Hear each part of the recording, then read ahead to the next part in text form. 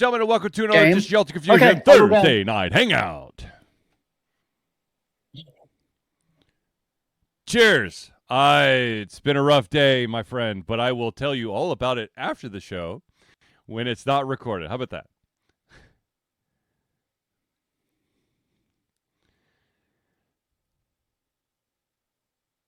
If only, my friend, if only. Cheers to you, good sir. How Speaking it goes of tragedy when it comes to video game consoles, let's start off with the fact that there is a handheld out there that has been met with. Did your game systems all break simultaneously, It's called the combust, and there's a giant explosion, which you handheld recorded device. for all of us to see? You know, it's one of those black and white screens, no backlight. Well, you got my has hopes two up. buttons, a D-pad, and a crank. And of course, for me, for the longest time, thought that the crank was actually kind of like one of those emergency radios that you crank it to like power it up, but it's not. That's actually, the crank is for actual gameplay, which makes it even stranger, I guess. I don't know. Anyways, so the designers of this PlayDate, I mean, they have been through crazy ass shit. Okay. Oh, I just want to name all the stuff that they've gone through. Okay. So, they announced the PlayDate back in 2019, and a lot of people are like, "What, monochrome screen? That's not going to work." And of course, as soon as they went on pre-sale, they sold out in 17 minutes in 2021. And of course, but just to tell you how cursed these guys have been thus far. All of its launch units arrived from their factory with faulty batteries. Yeah. Forcing repairs. Since then, they have been dropped by their shipping company, but they found a new one. They got dropped by the factory that was creating their stuff, but they got a new one. And now they're dealing with missing pallets of their system. Oh, dear. Yeah. So here is a quote from one of the employees. It said, "Yeah, weird. These pallets, FedEx said they were delivered, but we have no trace of them. But another thing that you might want to know that's weird is 2 weeks after the pallets were missing, 2 other pallets. The pallets just went missing. Were delivered we don't know where a giant by pallet FedEx to a construction site went. next door instead of our shipping warehouse." Yeah. So there's a very good chance that those pallets were also delivered to the construction site next door. So they're still missing 2 pallets, but they were able to recover the other 2 pallets. So right now they're looking at, I think they've lost 40. 2 weeks later. No, sorry, not 40. $400,000 worth of PlayDate consoles are still missing. Good gosh. Gotta hope so too. But they made a big joke about it at GDC, which was this past week.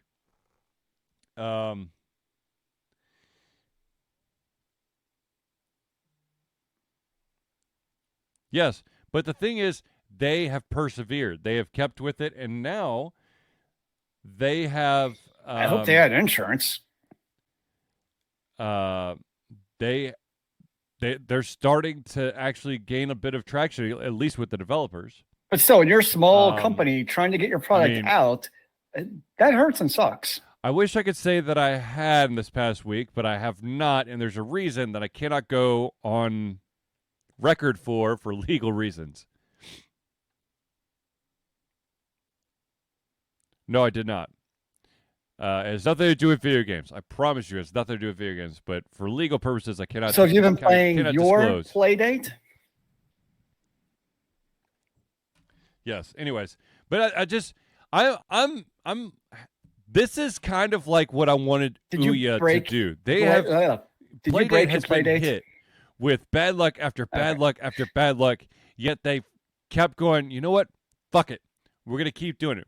Our shipping company dropped us. I don't know no legal terms. The company that was actually manufacturing dropped us. We got a new one. We're gonna do this, and that's kind of refreshing after the Ouya. Look at us. We're amazing. Look at all of our Kickstarter stuff. Our Kickstarter was successful. Yay. Silence.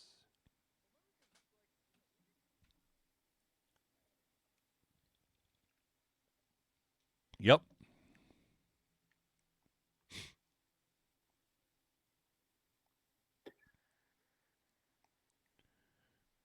Oh, it could have succeeded big time. Well, remember, because like when the Ouya came out, I remember it was a huge deal when it came out. Yep. And like it was a very popular concept that I still think it's lightweight. If it's done easy right, to travel could have with. been popular. And it had a hell of a library to start off That's with. what I mean. Yeah, I really do think that there was a demonstrable marketplace on it based on how much people wanted it. I mean, you gave me that one, and I played it a fair amount. Yeah.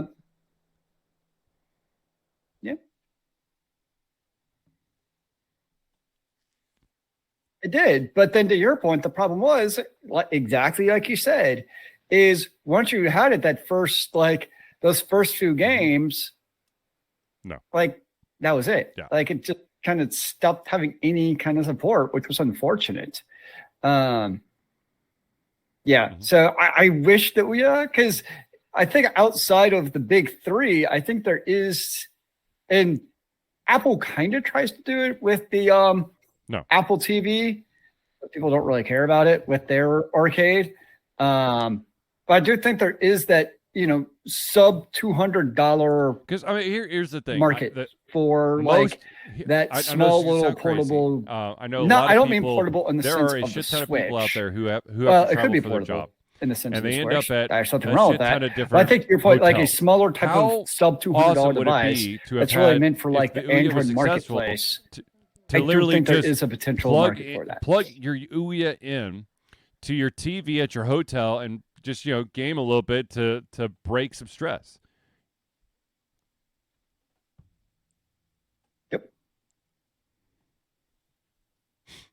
Yep.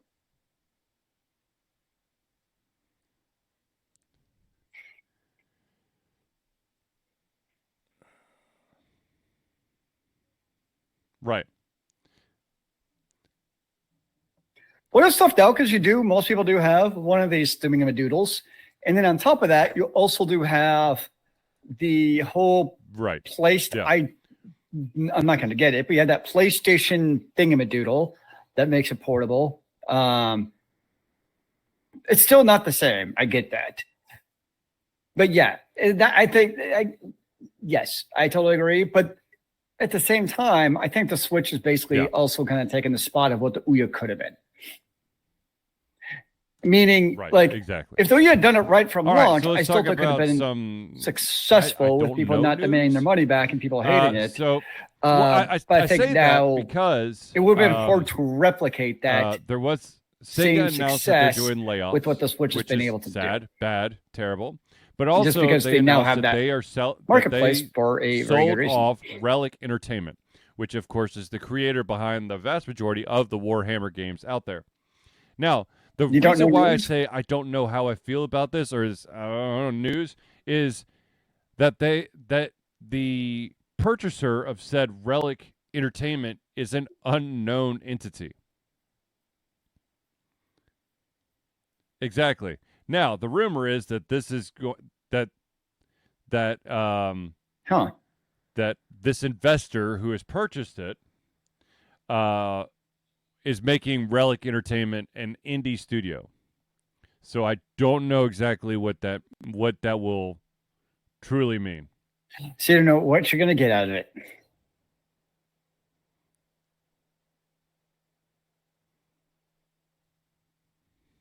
It's what's a game workshop?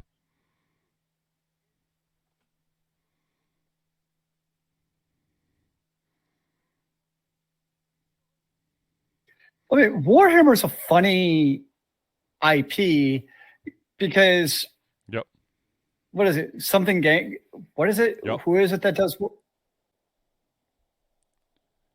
Yeah, Game Workshop it's almost like they let any developer who wants to basically slap their name on it and like, I'm making a grimdark game. Oh wait, we can just use the Warhammer IP and give you guys a little bit of the cut of that as like, the 30% or whatever it is for marketing. Right. So that's what's been interesting. Like, there's I didn't realize how many freaking Warhammer games there are. And they're not first-party games. Mm-hmm. They're just like, oh, you want to make a Warhammer game? Okay. And I'm sure there's some kind of cut that they get from it, and they just basically whoever wants to. It's funny because so many of them fly under the radar. Like, I keep on going back to Warhammer Inquisitor. That's a fucking awesome RPG, action RPG. I love it, but like nobody talks about it. Like, it's the Diablo 4s, Last Epoch. You have Grim Dawn, and then you have Path of Exile. Like, those are the only ones anybody talks about. It is interesting how, like, why does nobody talk about this one? Because it's pretty freaking awesome. Right. Now, what I noticed that they do, because I've looked at some of their other games on Steam's, is microtransaction hell. It seems like what all of their games do. And so the reason that going back to Inquisitor, I got it because it was like one of those like 95% off sales. So like the entire kit was like $8. I was like, oh, for $8, I'll take a chance and see. It was worth it. But you look at, so I'm like, okay, I'm going to look at their other Warhammer games. And they're all like base game, $20, $30. And there's like 400 add-ons. And I'm like, oh, this was the exact same way with Inquisitor. Just came with all of them. So it is interesting when I start looking at their games. They all seem to do that strategy of purchase. I also don't know if they're skins there is or if they're actual like content that adds on to it or how it works. Embracer bought Gearbox. They're all that base game and then just tons of microtransactions. 2021. They've definitely gone down that rabbit hole. So they bought Gearbox. Embracer bought Gearbox for $1.3 billion. And now Gearbox has a new home. And it is going to be Take-Two. And Take-Two... It was only like 2 years ago, I feel like. It wasn't long. $460 million. 3 years. Yeah, so not long in the grand scheme of things. Of Gearbox.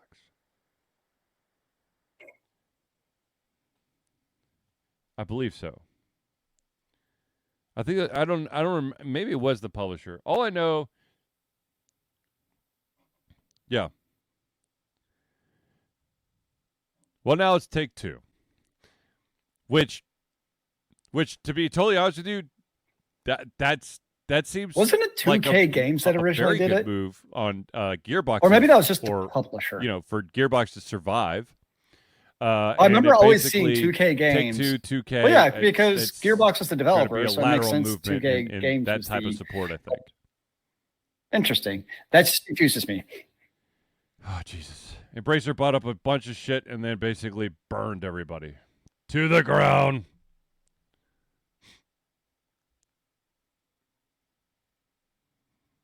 Yes, and to be honest, Activision has had they've had a couple layoffs here and there. Well, let's be honest. The years, pretty much nothing can be worse than Embracer basically Group. Took entire studios and basically just one day. At least as much as we should on Activision, at least they still actually create games. Yeah.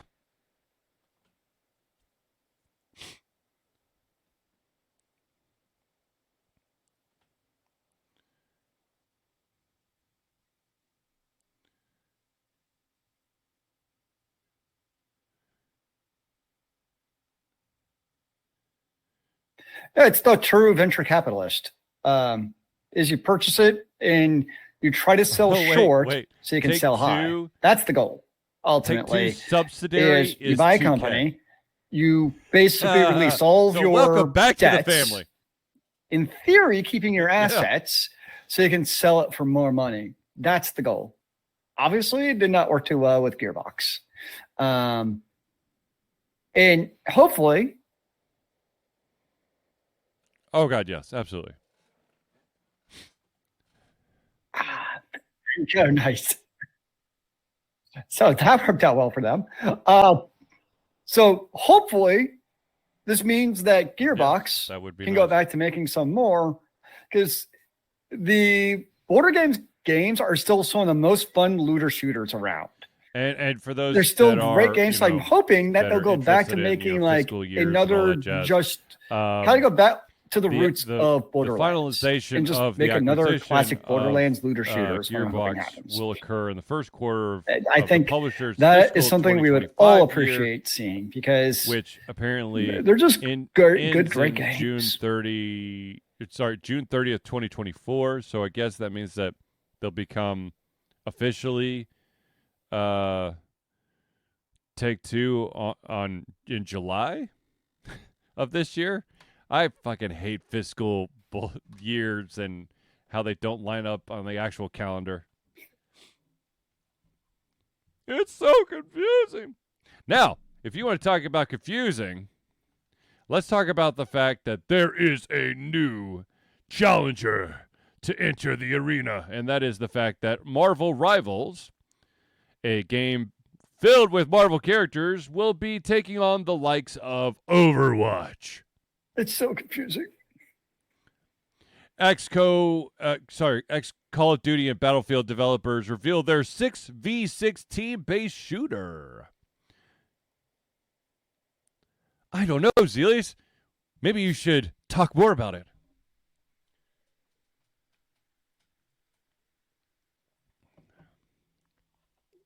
Yay. Oh, my. So just real quick before. Wait, where have I heard about 6v6 games? I just want to tell you what the roster so far has been revealed.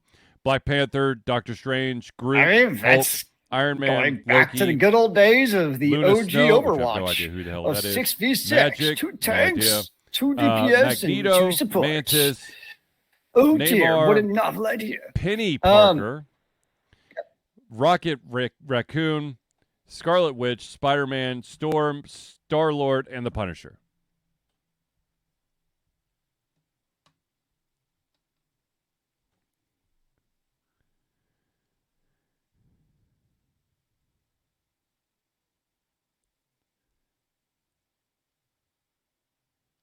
Oh, I'm sure.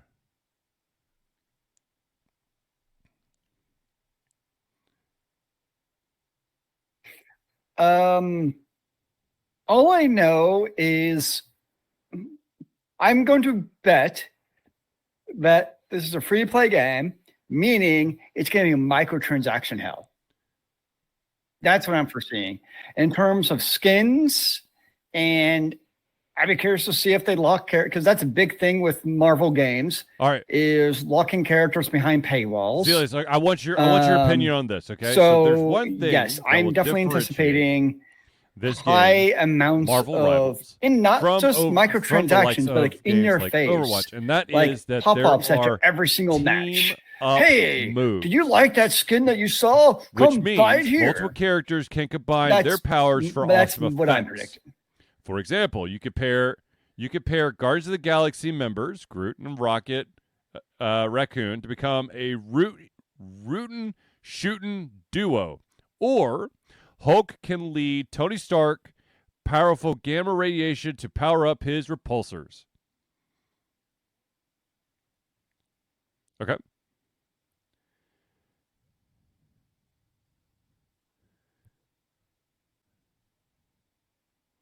Mm-hmm.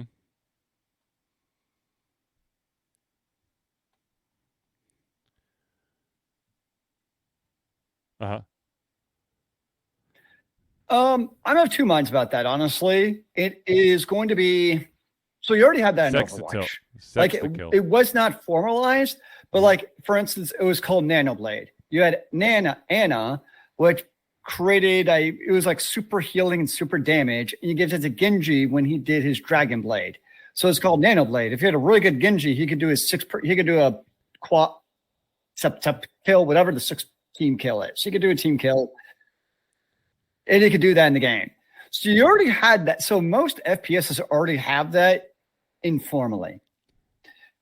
The issue with most, if not all, PvP-centric games is toxicity. And the issue you would get into with those type of Right. transactions is if I were an Anna and there's a Genji, they'd be like, and an enemy, and an enemy, Right. and an enemy. It would be like a nonstop thing. And it would actually create potentially negative toxicity. Because like if I didn't do it to the Genji, I'd be like, oh my gosh, you're such a noob. Or just, stupid bullshit. So on one hand, it can create really cool moments in the game. Don't make me wrong. Like if you do a really cool Nano Blade, it was fucking awesome. Absolutely right. But it can also create toxic moments. And that'd be my worry of doing something like this in a game like this. You now have this different expectation, especially for pugs, where if like you're picking the raccoon and like in lobbies, there's already flaming over who other people choose. Like it always happens. Right. And now if you choose the rocket and you're going to be flaming supports for not choosing the support who supports you to do that combo, it's going to actually create more opportunity for direct flaming than not having that already. Now for group play, like if you're playing with a partner or you're playing like in a 6-stack, great. Like it makes sense in that regard, I think, because that's where you see those moments, I think, much more of like the Nano Blade I was talking about, because you can just be like, okay, we're going to team up. But I think especially for pickup groups, for people who don't know what I'm saying, pugs, I mean 6 randoms who just kind of join independently of each other. It has the opportunity to be really cool, but it also really has the opportunity to create a very toxic. And I'm really curious to see, because at least in Overwatch, like they're independent of each other. So like if I nanoed the Genji and they sucked, it didn't affect me as Anna, right? It was just, they're 2 independent things. But I'm curious in the Marvel game, if like they both have to work together during their equivalent of the ultimate. Now I will say is at least they're trying to do something different. So I give them credit for like, hey, this is actually a cool idea to do, to try out and see. So I give them credit for that. So I'm always happy to see developers try new and different ideas to see how they goes.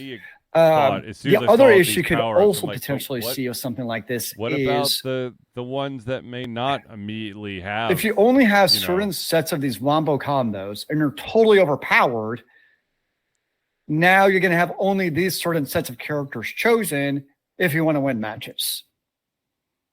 And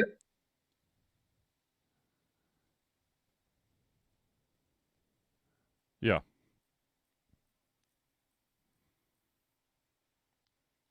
Yeah, because a lot of times, at least in the Overwatch type of games, it's those ultimates that really kind of turn the tide of battle and who kind of has better ult economy and all that stuff. The hell some of these characters that I said so yes, if Luna some of the is new to the I'm Marvel guessing some universe. of these ults are going to be completely overpowered. She is an Ice Mage / K-pop. The combo ults, then yeah, it's going to create even more of a weird Magic selection. Is the as far as Dark that Child goes. of Limbo, which all right.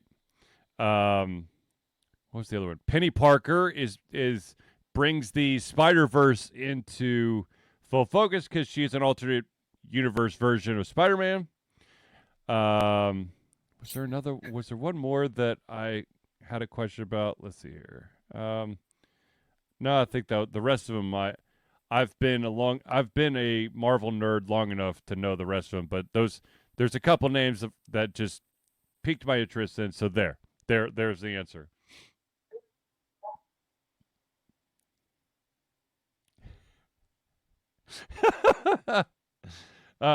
So I'm guessing that Penny Parker and Spider-Man will be a combo, would be my guess. Sadly, Aunt May was not one of the names listed. Sorry. Somehow talk about K-pop Now, caused my Google speaking thingamadoodle of to start playing Overwatch, K-pop music. Let's talk about the fact that they have finally manned up and told us What about where the Aunt hell May? our She should be in there. PvE part of Overwatch 2 is. And Well, that's it's in the toilet, in the trash can. There will not be any PvE in Overwatch 2. It is officially dead as a doornail. Will not be there. DED, dead. And if you don't get that reference, watch Robin Hood Men in Tights. it's coming in Overwatch 3. Oh, it's great. There. Yeah.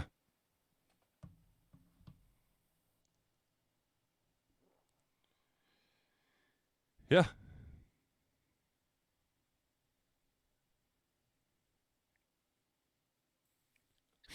I need to see that. It's been a long time. Yeah, it's funny because I remember talking about Overwatch 2 years ago with Jeff Kaplan, and like and I think many others, honestly, were excited about the idea of Overwatch 2 being, because I remember the original premise was basically Overwatch 2 is almost like an expansion or a DLC.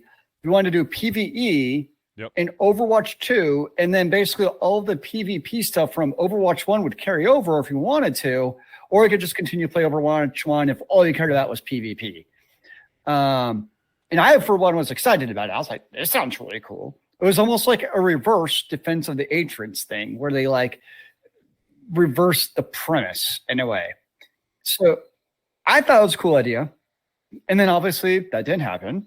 I mean, that was kind of part of the speculation of why Kaplan stepped down in the first place, as they were going away from that idea. And obviously Overwatch 2 is all about PvP still. It was almost like they created a negative feedback loop in that they trickled out PvE stuff, but it was all terribly received. Ergo, nobody played it because it was obvious that it was not a priority. So the argument from Overwatch, Blizzard, that like there is an interest in PvE is self-serving because it was shit in the first place. So I'm sad because the popularity of games like Borderlands that we just talked about and Destiny, I think shows that there absolutely is a place for PvE type of FPS games. Oh wait, no, that never happened. I would love to see something like I know you had Destiny 2, a challenger to Destiny 2 in the forms of like a Final Fantasy or a Activision of Blizzard World of Warcraft. That's a true like MMO dance FPS for 18 months style. And it's finally come to its conclusion. It's sad. Long live Defiance. Still my favorite one.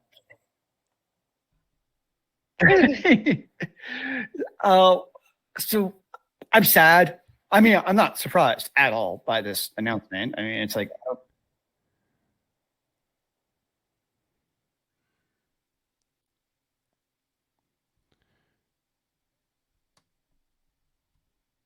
I still think it ultimately comes down to, okay, I'm going to preface this by saying it's always all about the money. I get that.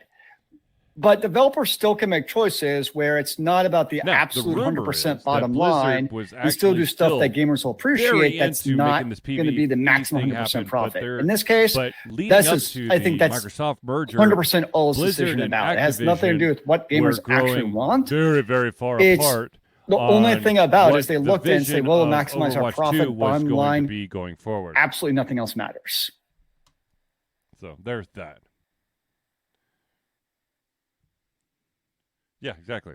How about we just stop the suspense and we'll just kill it, and we'll just keep doing what we're doing, and Overwatch 2.5. Let's be snazzy. We'll put Overwatch 3 out there. We'll be like Overwatch the next generation. And Microsoft's just like crazy well, shit like we'll that. split the difference then we'll and put do the PvE back in.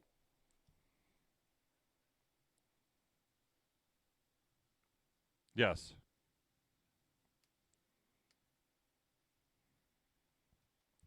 All right, so speaking of shooters, let us talk about, this is a question and also a statement.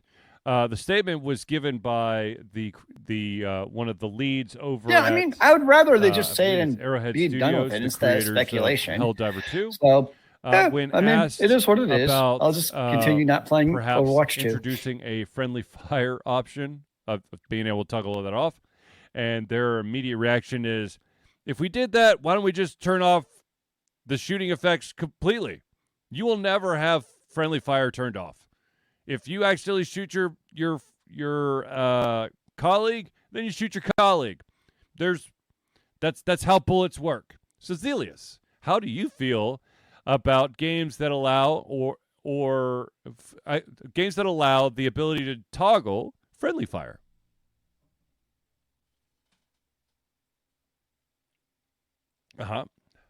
Uh-huh.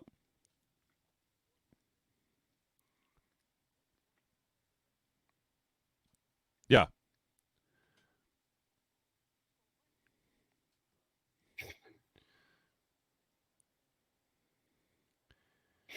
So I actually got Helldivers 2. I gave in and bought it, and I played a few matches. Mhm. In the 4 matches, so I haven't played a whole lot, but in only one of them has there been kind of a griefing asshole. So on one hand, I'm like, man, that'd be nice if friendly fire wasn't a thing.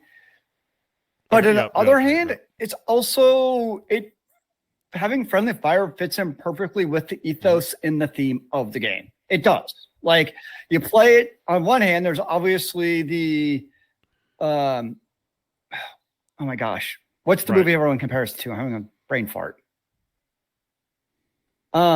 Starship Troopers. Mm-hmm. Everyone compares to Starship Troopers, and the absolute is that, theme.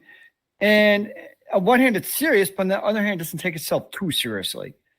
But in terms of the combat, I mean, the combat it's not easy at all. And it's pretty visceral. And as the CEO pointed out, the enemies also have friendly fire on each other. So you can actually line them up to hit themselves. So on one hand, I'm like, it'd be kind of nice, like in the bowling alley, you can have the bumpers off so you don't get gutters. It would be nice to be able to turn it off. But on the other hand, everyone's on the same playing field. There's no weird rules. It's here's your match. And we also live. It's not like, oh, we live. It's always kind of been a thing where it's like the customer's always right? In this case, the developer's saying basically like, nope, we're the developer. We're going to make the game we choose to. And I say, cool. Right. But again, kind of like the Blizzard decision of Overwatch 2 not having PvE, I'd rather the developer, the CEO just comes out and says, this is how it's going to be forever. And that way it's not like this weird, like, well, are they ever going to turn it off? Maybe I'll wait for them to, turn off friendly fire and play then. It's like, nope, this is the game you got. If you don't like it, then go find something else. So I'm cool with it. I have no problems with them not turning off friendly fire. It makes perfect sense with how the gameplay works. The other thing to keep in mind too, if you play it, I think it'd be one thing if like you had one life in the game, right? If you had like a single life, somebody could just end your 20-minute campaign instantly. That would suck. But you have a bunch of lives as a team. And to be honest with you, so that's Zealeus, I think I'm basically in the same boat. Assuage that with too how many lives like you have. To put up those bumpers, so if it's for bowling from time to time, just true so griefing, obviously that's the higher score feel more superior. But if it's like an accidental, actually friendly fire, then it's not the end of the world. There are games out there because that it makes sense you have all these to lives to fire cycle off, through. But it truly is the developer's decision. As much as I would love to be fucking Rambo, just let loose and just, empty every single fucking clip and not have to worry about bullets hitting my teammates. This game, from my understanding, I've never played the game, but from my understanding, this game and many other games, there is kind of the skill that you gain of, learning when and when not to shoot your gun.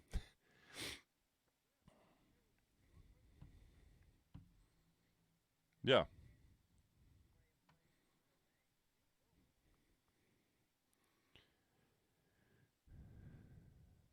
Yep.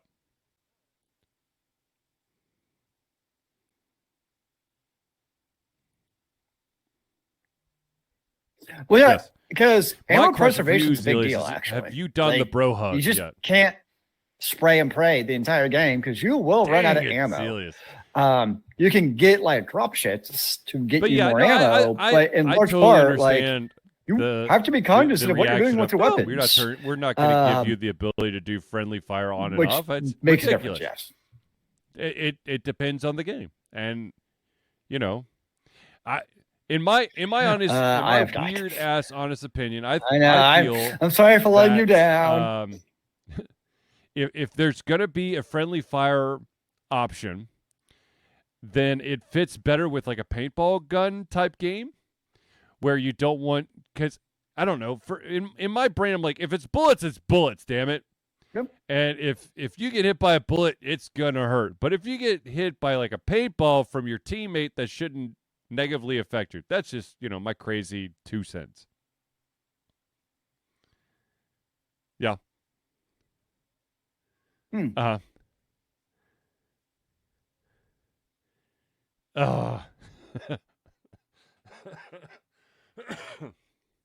Sad day. And Zealeus has been blackballed after one game. I will say, I was a little bit surprised at first. All right, ladies and gentlemen, we're going to pause real quick. I didn't know there was in my first match. Actually, I was trying to hit a console, and I ended up shooting my teammate instead. So these are the friends of the show. Sorry, bro. To start it off, let us go with the Indie Cluster. The Indie Cluster is an organization of independent game developers that want to gain exposure by being involved in the community. They collectively journey to popular conferences as a traveling booth to help gain attention for their games. They make partnerships in local communities to bring games to the mainstream mindset. They highlight local, unusual, and rare concepts to challenge the paradigm of the common. They also host events to teach kids and minority groups about game development to hopefully one day enter the industry themselves. For more information, go to indiecluster.com. The next shout-out we got to give is to the AV master himself. That is Noodle Boy Media. Founded in 2015 by Andrew Tran, Noodle Boy Media, previously Wack Kid 47 Media, is your choice for professional photo shoots and panel recordings at conventions. They pride themselves in providing a high level of professionalism, top-notch experiences, and quality services. If you want more information and to view their full list of services, check out facebook.com/noodleboymedia. The next one is special for those individuals in the greater Atlanta area. Those are the individuals who make game just a little bit too long and you've got some aches and pains that you need fixed. Well, ladies and gentlemen, let me tell you about Hero Chiropractic. It's a unique healthcare practice set up by Ryan Moore. The company's focus to elevate a patient's experience of freedom, creative expression, and joy. They believe that everyone can be a hero and has incredible heroic potential inside themselves waiting to be unleashed. Hero Chiropractic focuses on mobile chiropractic care in the greater Atlanta area. They are committed to healing clients by creating a plan of action uniquely suited for each person. They make that plan of action as convenient and affordable as possible, and most importantly, suited to your individual needs. For more information, go to herochiropractic.com. The next shout-out we got to give is to the music maestro himself, the one who helped us out when we were in a weird-ass situation. That, of course, is Crosspad Creative. Need a new logo or want to work on a full branding and content strategy? Or maybe you need music or audio for your content, just like Alter Confusion. Crosspad Creative offers a whole host of solutions for individuals and small businesses. Good Lord. Just email Josh at crosspadcreative@gmail.com and see what he could do for you. The final shout-out we got to give is to the original supporter of Alter Confusion when it comes to Patreon. That, of course, is Agile Axiom. By day, Axe leads both the development team and system administration team working with satellites at NASA's Goddard campus. But while not in meetings and many times during, he is the Agile evangelist, Agile Axe, championing the philosophy of Agile and trying to make the world a better place for software developers, testers, system admins, and software projects the world over. Decades of experience in software development and leading Agile teams are brought to bear against evil processes, inefficient work, and bad habits. For more information and to check out his book, go to agileaxiom.com. Now, ladies and gentlemen, I know that you're just dying to know how to become a patron or friend of the show. And ladies and gentlemen, I'm going to tell you right now, it's really easy. Alter Confusion survives on the love and support of fans like you, and so we have a Patreon page. Patreon lets you, the fans, lovers, haters, demigods, interdimensional beings, gods, demons, aliens, mummies, werewolves, swamp creatures, vampires, and supporters and more to become active participants in the work we love through a monthly membership. This gives you access to exclusive content, community, and insight into our creative process. In exchange, we gain a bit more freedom to do our best work and the stability we need to build an even stronger creative career. Currently, we have 2 tiers. We have the $1 a month, that's $1 a month, or $12 a year tier. And what that will get you is early access to all of our playthroughs, which, by the way, there is a new playthrough that just went up. It just hasn't been published yet, which is this. This is the bed we made. which is a really weird game. And also at the $1 tier, you gain the ability to participate in Patreon-only posts. If you're feeling extra frisky, you go to the $5 a month. That's $5 a month or $60 a year. Not only get you everything at the $1 tier, but you also gain your name or organization added to the Friends of the Show of every single Thursday night hangout. So if you want to become a Patreon or patron of Altered Confusion, go to Patreon. That's patreon.com/Altered Confusion.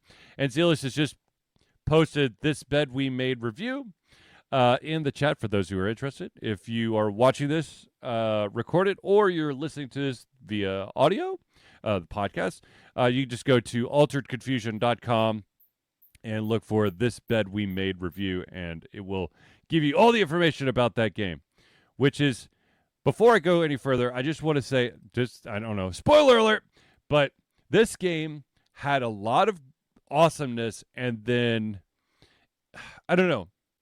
I don't know about you guys, but I'm all about pacing when it comes to games. I want I understand there's going to be lulls in games. I mean, that's just, people are going to digest different sections of the game at a different rate. But overall, you want to have kind of the same pace throughout the entire game. This game has, I'm not going to say, it's more of a fast walk to it through about 95% of the game. And then all of a sudden, it's like, dead off sprint! And you're like, what the fuck? And then it's like, roll credits. And you're like, wait, what? Yeah. That, and also, I don't know, maybe it's just my graphics card, but I did have an issue with all of the characters in the game looking like they were freshly dead. They were all very pale skin. Their eyeballs are like, there's like no pigmentation to their eyeballs. It was creepy as fuck. No, it's not, because if you watch like all of the trailers, it's a very good looking like hazel-eyed girl. I did not have a hazel-eyed girl. I had like a grayish-eyed girl, and which is why, if you look at the review, I don't know if I actually caught her eyes in the picture I took. It's just the art style. Stock footage from the developer and add that as like the in-game picture. But this time, because I actually brought it up in the review, I took a picture. I actually took a screenshot of when I was playing and then posted that in the review instead. It was just weird as hell. And of course, if you are a patron of Altered Confusion, you can watch the creepy, freshly dead lady and all of her companions that she runs into through the early playthrough, which will be, I think, with probably by the end of the week. Interesting. Dude, it was so weird. Like, I don't know. I seriously think that my graphics card was just, okay.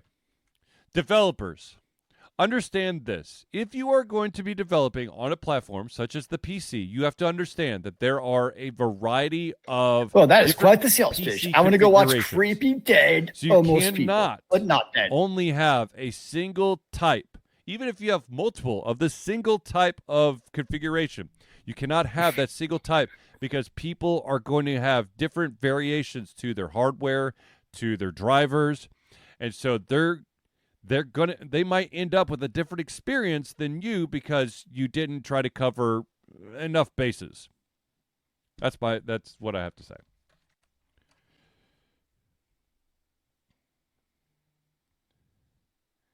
Yes, is that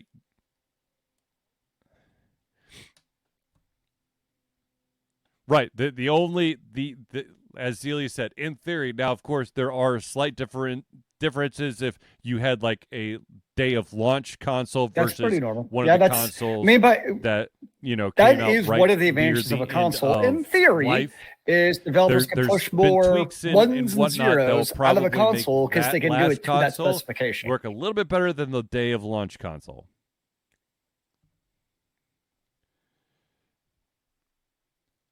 Yeah.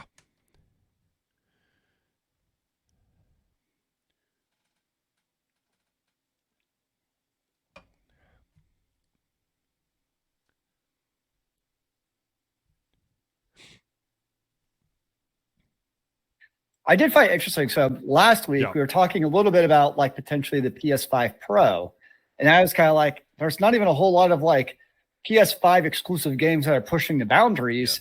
Yes. I did see it posted online this week where there was chatter from the developers saying just that, where it's like, we're already not pushing the limits of the PS5 as it is. So why are we doing like another generation of the PS5 when what we have is basically already good enough? Yep. Yeah. And I know we always say this, but like, does there come a point where like, how many more graphical? There was. I guess now because you are pushing the 4K. I guess that is the big difference. To dip his toe is into people are really trying to push the ray tracing, the 4K. There was a game, the 240 hertz of video gameplay. Like, oh man, it's gonna be hard for me not to get this. And then it actually released, and then it broke Steam records.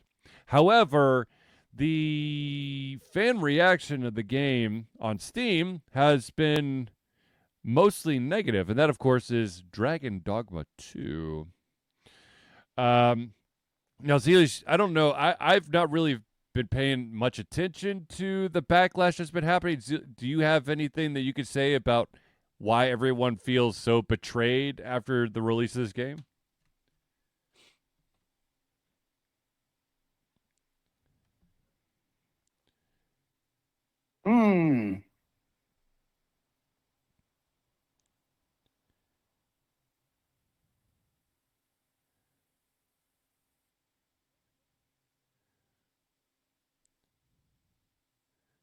I honestly, outside the microtransactions, I have not.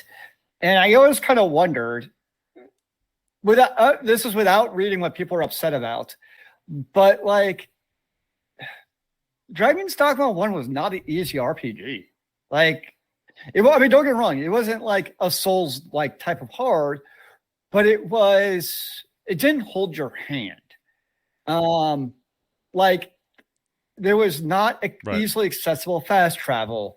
You couldn't just go like Diablo style and run into the mobs, or you went and die. It was like an in between of an ARPG where you could just like go Leroy Jenkins and a Souls like. That's kind of think about it. Like, you kind of think about it a little bit. It wasn't terribly hard, but you've had to contemplate what you're doing in the game, and you had to trek a lot.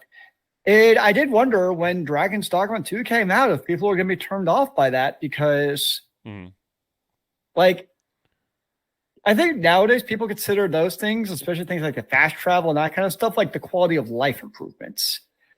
And to not have some of that accessible. And the other thing, a big difference is, from what I'd read online of the reviews, like the quests are more like your old school JRPGs, where you actually had to talk to NPCs. And it wasn't like a go over here and kill 8 boars and then come back and I'll give you less money than if you just sold that at the vendor for what they're worth. No, it was oh no, I was attacked by a boar. Can you please avenge me? But you don't know where the boar is. Like, you had to either like go remember where you saw one while you were hiking over here and go like ask other, NPCs, or just run around till you find one. So it's like, it doesn't hold your hand like a lot of the other RPGs do of our days. Even like, I haven't played Baldur's Gate 3 yet, but thinking even like of Mass Effect, right? Probably a lot of people saw Dragon's Dogma 2, thought of something honestly like Mass Effect or Dragon Age, right? Where it's like they kind of held your hand, honestly, as far as quest went, right?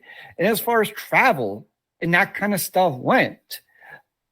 And the first one didn't do it at all either. Like, and I think we were like this thinking like Dragon's Dogma hit. I don't remember the first one being a huge hit. Like, I really don't. I feel like it was more of almost like a cult class. Like, people who liked it really liked it. So I pulled up, but I don't remember the first Dragon's Dogma having like everyone's dropping everything they're doing to go play it. Want to make sure. And I feel Well, like Zealeus Dragon's was, Dogma 2 talking. is a game that And it people turns out perceive that as a there's been some drop everything severe, you're doing and go play a game. performance issues, But I still think along it with the microtransactions. caters The vast majority of the towards a negative specific reviews type of are RPG centered player. around the microtransactions. However, there's been some serious performance issues where the user can potentially crash the game if you edit the controller layout. You can crash the game by trying to commit certain edits to your character design on the character creation.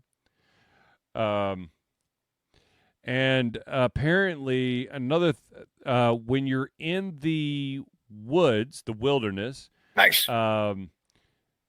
the game will barely push 40 frames per second. And then also apparently the anti-tampering software has been causing frame rate issues, which also surrounds potential stuttering in game. So yeah, they're getting hit from all angles. Unacceptable. It had to be at least 60.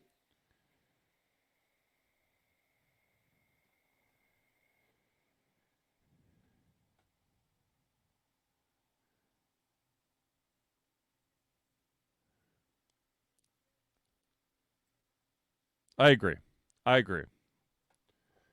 Nice. To be honest with you, honestly so I started because I started to finish Hogwarts Legacy. No, I cannot tell the difference between the 60 FPS and the 40 FPS gameplay. If it drops from 60 to 40, it looks the same to me, so it's freaking, now if it stutters down to like 10 FPS, like that I totally get, because then you're actually seeing the frames. That's the only way that you'd be able to tell. I don't know. There comes a point where it's like, bruh. Yeah. Oh my God! No, Jesus, no! Oh God. Yes, but still. Actually, when I think about frame drops, I think about all of those, those funny YouTube videos and of and then they see it dropping, regardless of their eyes can interpret pings. it. You know, like it dropped frames, bro. There's a guy who does a series of videos where it's like this guy jumps into the pool. I died because of the frame drop. That's what happened. The ping, and then it's just awesome. I just love it.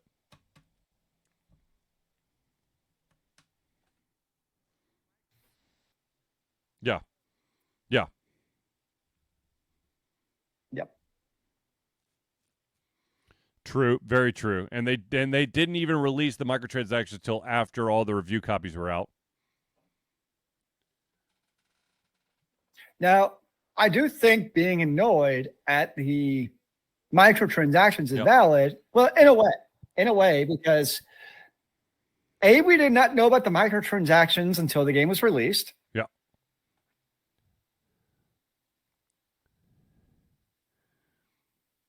However, guess what? The microtransactions literally, it's a single player game only. They literally don't affect you.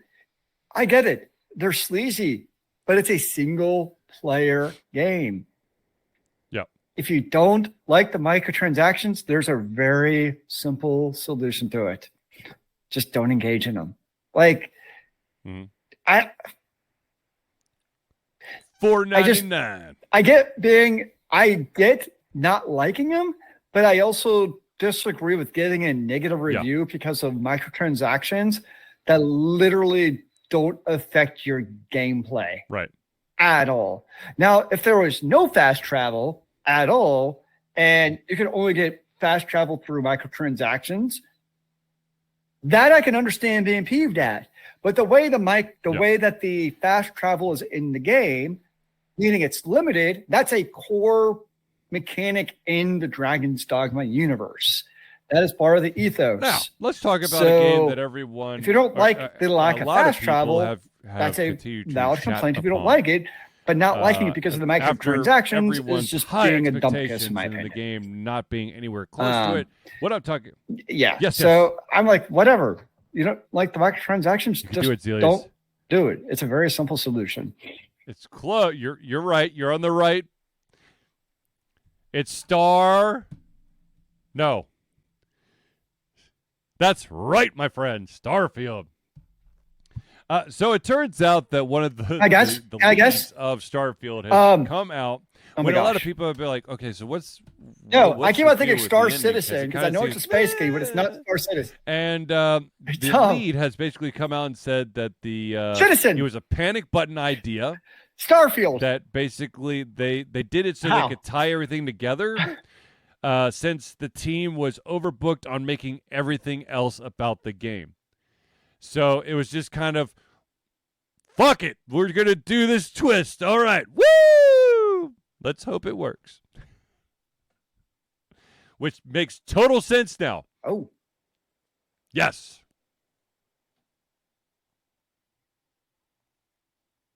Mm-hmm. Yep.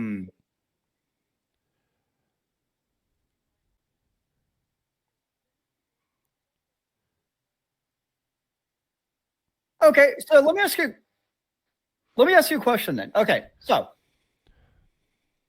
you see this with a lot of AAA titles, it feels like that came out, you had Cyberpunk 2077, like these big games that come out and it feels that lack of polish at the end. To be honest with you, I think but then you have a game, I'm comparing it because I'm still playing his last Epoch, where it has the lack of polish for the 1.0 release. Simply because, but at the same time, the developer was like, beta phase it's 1.0, that people we know understood there's more work to be done. Was it's not constantly being retuned and whatnot. Like the storyline's when literally it comes not to like complete. Starfield or Cyberpunk, you kind of expected, because of all the smoke and mirrors of this is going to be awesome, everybody, woo, everybody's awesome. When it finally came out, everybody expected the finished product, and when it wasn't, and there wasn't this, this.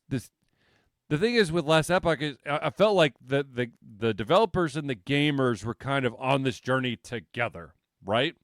Like shit was evolving as it was going.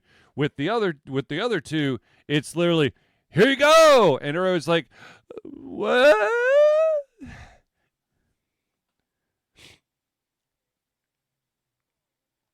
Yeah. Yep. Yep. Yeah, I agree.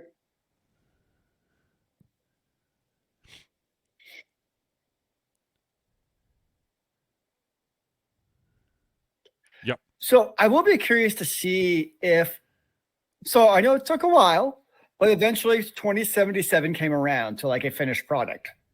I wonder if Starfield's going to get the same treatment, or so 2077 it had like, okay, here's Charlie's we're going to do honest severe opinion. cases, but it had like those rough edges that had to be fixed. When it came to Cyberpunk 2077, the core of Starfield though so off base, where like is it even, can they even polish it into a gemstone? That just needed to or be is it polished, just like they don't just like redo the entire game to make it into that glorified status throughout the game? But in my opinion, I'm always looking for a game that has the potential. And Cyberpunk 2077 had the potential. I wish that it had it like right out the gate, it always had the potential, but I wish that it had that polish, that shine right out of the gate. And of course it did not. Case in point, from my personal experience, there were several times where my character fell about the equivalent of 3 or 4 feet down, and it was instant death. My entire health went,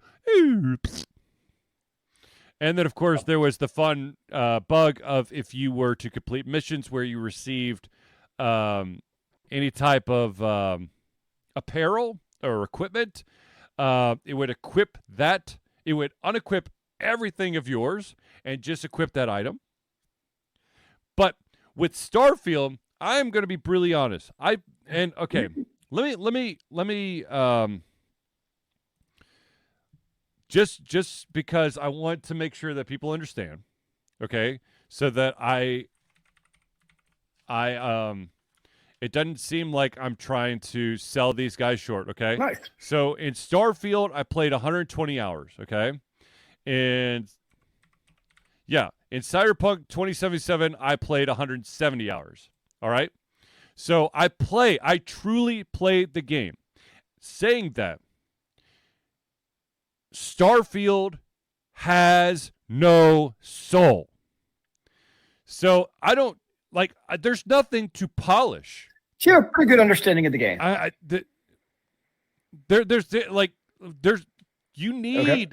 They need an entire reboot, where you make it more the interactions more. I don't like it. Yes. That's what I mean. Yeah. So it's like, to be honest with you, and this is going to date me, but I feel like they wanted Mass Effect, okay? But what they got was, and I know I'm going to get some hate for this, but they got if EVE Online it would almost be like an was overhaul a the entire third-person game to fix it. Yeah. Yeah. It's literally going through the motions. Sure. And for the price tag and for the build up, that's not what I want. When they say that it is, randomly generated worlds, I want No, I know what you variety, mean. Like, and for it to be literally, yes, we have randomly placed this mining depot and this science outpost and this whatever on this planet and that planet, for it to be the exact same design with the exact enemy layout. If you watched me play Starfield, I know that I'm harping on this, but this is having played 120 hours, okay? I can literally go into any mining depot. Not now, but when I was playing it, because I probably have not, I've played so many other games, but when I was playing it, I could literally, on camera, go, okay, I'm going to cross this corner. There's going to be a guy to my right who's going to be faced away. I'm going to shoot him in the head. There's a guy leaning over the balcony. I'm going to shoot him in the head. They're going to sneak up behind him to the balcony. Going to look over. There's going to be 4 guys to the left and 2 guys to the right. And I'm going to shoot the 2 guys to the right because they will alert the guys on the left, because it's the same fucking thing every single place. And when you do that for 120 hours, you're going to want to smash your head through a wall. Oh, by the way, the dialogue, their fucking script that you have to deal with, it's the same. Yes. Oh, no. I don't want that type of repetition. I don't want to be able to quote everybody every single time I go into the fucking science depot and the goddamn raiders have already taken it over. If you were one of us, I would have killed you already. I thought that they'd just make you an expert at the game. They're just trying to give you everybody, but I can't. Repetition. But I want to. You want to talk about rage. That game will cause rage because you're just like, this is so stupid. If I could just nuke the planet, that's what I would do. Ah! Anyways. All right. So there was a question asked of me, and I want to ask Zealeus. I know we're getting a little bit close to the end, but I want to ask. There is this phenomenon that's happening across the world, and that, of course, is called anime. And it's becoming more and more mainstream. Now, that being said, anime's been around forever, so it's not a new thing, okay? And there are a lot of video games that are based off of anime and vice versa. So my question for you, Zealeus, and this was a question that was asked of me because I picked up Persona 5, is am I going to watch the Persona 5 anime before I play the game, or do I want to play the game before I watch the anime? Now, the thing is, I want to add an extra little layer here. There are a lot of animes out there that are based on video game properties that create their own story. Yep. This anime is the storyline in the video game. So the question is, do you ruin the surprises in the anime by playing the game first, or do you ruin the twists in the game by watching the anime first? Okay. Okay. Yep. Yep. Yep.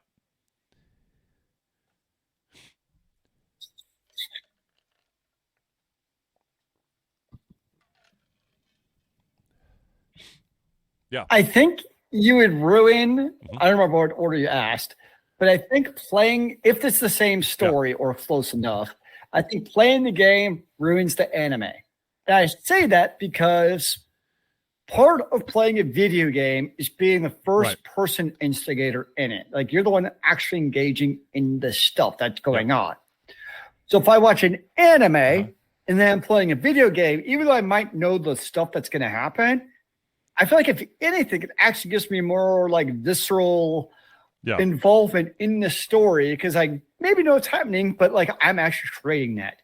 Versus part of, to me at least, watching an anime or any TV show for that matter is like being like a bystander, right? Like you're a passenger along the game. But if you just played the game, to me, it's actually like reading a book and then watching a movie, kind of. Where my worst experience of watching, actually, I remember it was like Harry Potter movie 4. And I hated it because I literally just read the book like a week before the movie. And all I could think about was how much shit they're leaving out of the movie. Okay, I say that versus just enjoying it for what it was. I kind of feel the same as reverse. When you play a video game, it's putting all the stuff and you go watch the anime or movie or whatever it is. Library, but I think like, it's actually you already know what's going to happen. You're just going to think of stuff that was left out or like, I did this in the video game. Like, so I have to go one way or the other. I'd rather watch the anime first and then play the video game. Let's also say this. But there's like a detective anime out there where you are put into this random school with a bunch of students and no, it's not Hogwarts. And you basically at the end of the day, someone is going to commit murder and you have to decide who commits the murder. And then that person, if everyone guesses correct, that person dies and everyone else gets to live to see another day. Hogwarts? Yeah, basically. But the thing is, I did not know this. When I started watching the anime, I'm like, holy shit, this is intense. And then I found out after the fact, after watching half the anime, that there's actually a video game. And I was like, oh, okay. So I'll check out the video game. I was able to successfully navigate half the video game because I had already watched half the anime because it's exactly the same. So it's basically a walkthrough.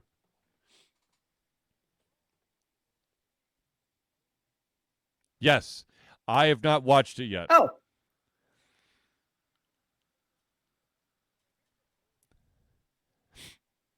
Right. I did the girl. Did I do the girl? Oh. I think I did. I think I did do the girl. So I'm actually curious because I saw on Crunchyroll there's a fun Scarlet Nexus anime. I'm like, so I may watch that and see, like, does it rekindle memories? Now, granted, I only did one of the Scarlet Nexus playthroughs. I did the guy. Yes. Oh, by the way, I don't know if I said I think you did the girl. I think we played last week, but I did. That was a game I may actually play. I enjoyed playing it. Erudian Chronicles. I could go back and play. And it should be different enough. 4 or 5 hours out of it. Now I'm like, I think we talked about this before. We're like, even though you get like the other half of the squad partway through the game, question about that for the most part, we stayed with who we originally had because like a demo or a beta where it gives you the first 4 or 5 hours of a game. Do you want to, when the official game releases, do you want your save to basically be able to pick you up where it is? There it is. Yeah. Yeah. Yeah. Yeah, no, I put 6 hours into it. Actually, no, I didn't put 6 hours because my son actually picked it up and played it. So I would say I'd probably put about 4.5. But still. Yes. Like, if anything, that infuriate me. Like, if I played, let's just highball 5 hours, and I had to buy the full game and replay it 5 hours, I'd be like, well, fuck it, give me a refund. Like, honestly. Yep. Yeah, that would.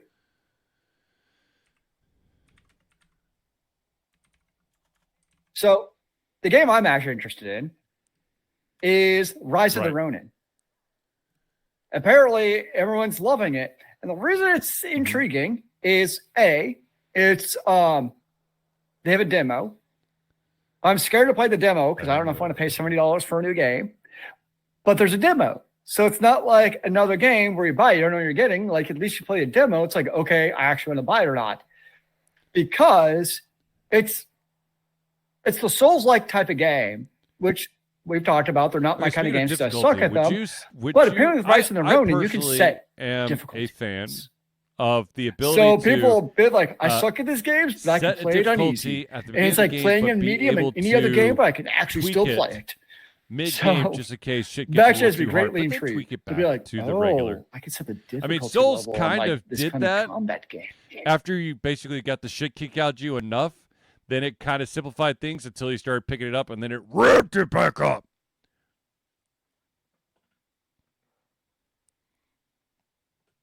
Mm-hmm.